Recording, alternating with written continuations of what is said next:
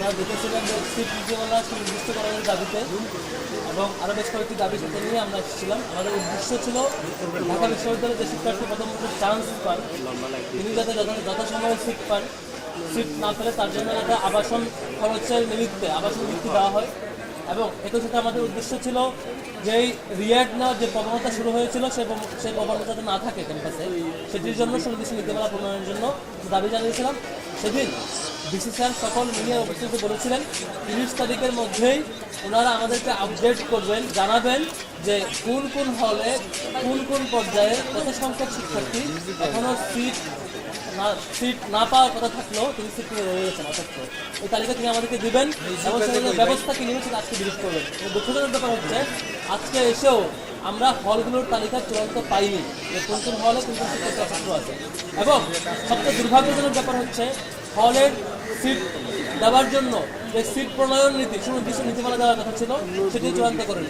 আমরা আজকে স্পষ্ট ভাষায় বলেছি যে ওনাদের যে চিন্তা যে সিট নীতিমালা আরো ফ্লেক্সিবল করা, ওনাদের যে চিন্তা যে সিট নীতিমালায় রিয়েটকে আরো উৎসাহিত করা, ওনাদের যে চিন্তা যে সিট নীতিমালায় কেমন করে আরো অছাত্র কিংবা দীর্ঘদিন ধরে শিক্ষার্থীদেরকে রেখে দেওয়া যায় এবং ফার্স্ট ইয়ারকে হয়রানি করা যায়, সেই চিন্তার সেই খসড়ার বিরোধিতা আমরা করেছি।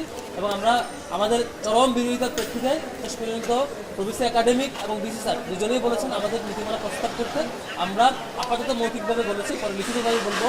স্পষ্টত অবশ্যই যাতে সেশন বাইন্ডিংস থাকে এবং অবশ্যই যাতে রিয়েড নেওয়ার প্রবণতার দিকে ঝুঁকে না যায়। যারা রিয়েড নেন তারা যাতে এই সিট নীতিমালার মাধ্যমে সিট না পাওয়ার দিকে, সিট বাতিলের দিকে যায় এবং সিট তাদের সিট যাতে বাতিল হয় এবং প্রথম বর্ষের শিক্ষার্থীদের প্রায়োরিটি পায়। এই ধরনের একটা খসড়া প্রস্তাব আমরা দিব। আশা করি খুব দ্রুত সেই প্রস্তাবিত আমরা আপাতত মৌখিক প্রস্তাব করেছি।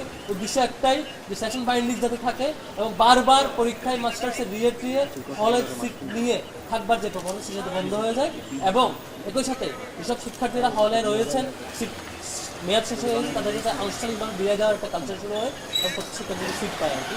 আমরা আগামীকালকের মধ্যেই আমাদের দাসটোর দিক থেকে লিখিত একটা প্রস্তাবনা দিব সিট নীতিমালা কেমন হওয়া প্রয়োজন, কেমন করে নীতিমালা থাকলে রিয়েড নেওয়ার প্রবণতা থাকবে না এবং প্রত্যেক শিক্ষার্থী নিয়মিত শিক্ষার্থী থাকবেন। একই সাথে আমরা বলেছি আপনাদের কাছে হল পর্যায়ে যে এক্সেল সিট রয়েছে, কোন সেশনের কারা কারা শিক্ষার্থী রয়েছে, প্রত্যেকের কম্পিউটার আছে হল অফিসে, সেগুলো খুব দ্রুতই তালিকা আকারে যাতে প্রকাশ করা হয় এবং তারা যাতে নির্দিষ্ট সময়ের মধ্যে চলে যায়। এবং আমরা আরেকটা প্রস্তাব করেছি যে অনেক ফলে মে মাঝামাঝি পর্যন্ত সময় দেওয়া হয়েছে সিট সার্ভার ব্যাপারে, সেটি সময় কমিয়ে নিয়ে এসে সিট নীতিমালার আলোকে দ্রুত সময়ের মধ্যে যাতে সব শিক্ষার্থীকে এই সিট দেওয়ার যে সিস্টেম সে আওতায় নিয়ে আসে। এর বাইরে যেসব শিক্ষার্থীরা সিট পাবে না তাদের জন্য আমরা আবাসন বৃত্তির জন্য আলাদা করে সেই মডেল প্রস্তাব করব।